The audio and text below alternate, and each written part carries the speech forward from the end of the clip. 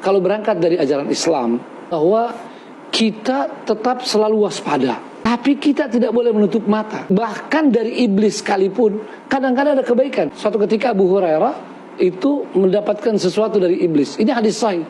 Nabi SAW bersabda, sadaqaka wa huwa kadzub. Dia kali ini benar sama Anda, padahal dia itu pendusta. Walaupun tidak kita ini lugu-lugu dan bodoh-bodoh, tapi kita harus realistis.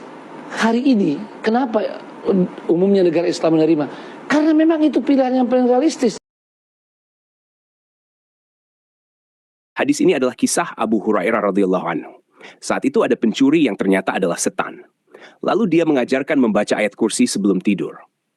Nabi SAW kemudian bersabda, dia telah berkata benar kepadamu, padahal dia pendusta.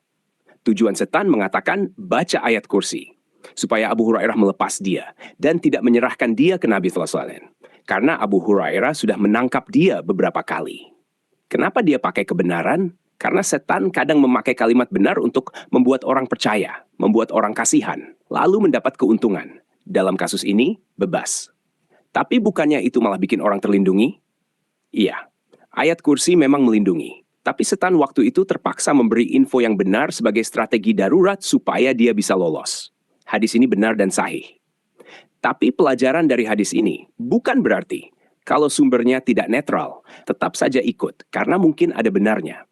Pelajaran yang lebih tepat adalah, kita boleh mengambil kebenaran yang jelas, tapi tetap wajib waspada, karena sumbernya bisa punya kepentingan. Jadi kalau ada forum perdamaian yang dipimpin pihak yang selama ini punya posisi kuat dalam konflik, maka yang perlu kita tanyakan bukan sekadar ikut atau tidak ikut.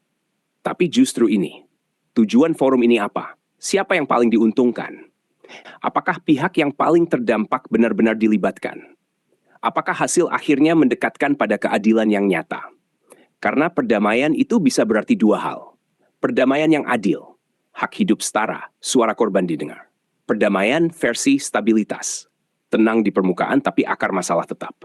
Jadi, kalau Indonesia ikut forum ini, tujuannya jelas untuk mendorong Palestina merdeka dan berdaulat utuh, serta hak hidup yang sama dengan semua manusia, maka diplomasi bisa saja dilakukan. Tapi kalau tujuannya tidak jelas, atau hanya sekadar menenangkan keadaan tanpa menyentuh akar masalah, maka untuk apa masuk?